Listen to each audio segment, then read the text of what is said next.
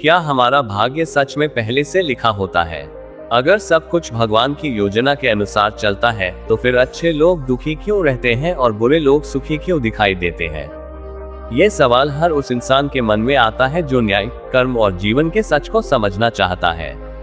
आज की यह बौद्ध कहानी ना सिर्फ आपके सवालों का जवाब देगी, बल्कि आपके सोचने का नजरिया भी बदल देगी। बहुत समय पहले की बात है।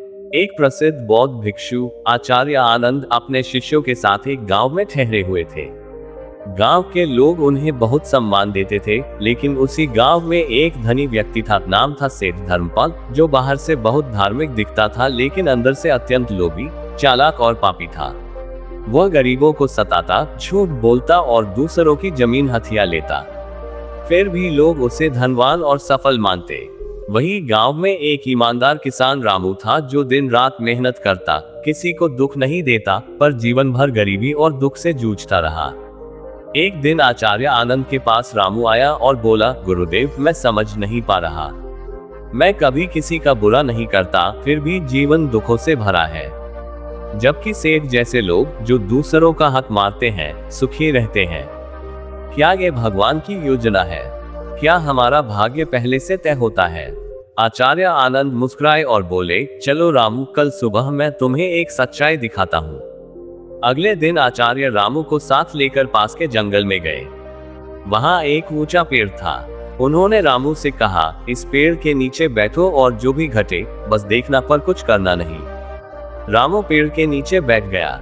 कुछ देर बाद वहां एक अमीर व्यापारी आया, थका हुआ और परेशान। उसने सोचा, कुछ देर विश्राम कर लेता हूं, और सो गया। उठते समय गलती से उसका बटुआ, जिसमें सोने के सिक्के थे, वहीं गिर गया। कुछ देर बाद एक लकड़हारा आया, जो गरीब था। उसने वह बटुआ देखा और बिना सोचे समझे उठा लिया और चला गया। फिर कुछ समय बाद एक अंधा भिक्षु वहां आया और बैठ गया। तभी व्यापारी बटुआ खोजते हुए लौटा और भिक्षु को पकड़ लिया, सोचते हुए कि उसी ने चोरी की है। उसने भिक्षु को बुरी तरह पीटा और चला गया। रामू ये सब देखता रहा और बहुत दुखी हुआ।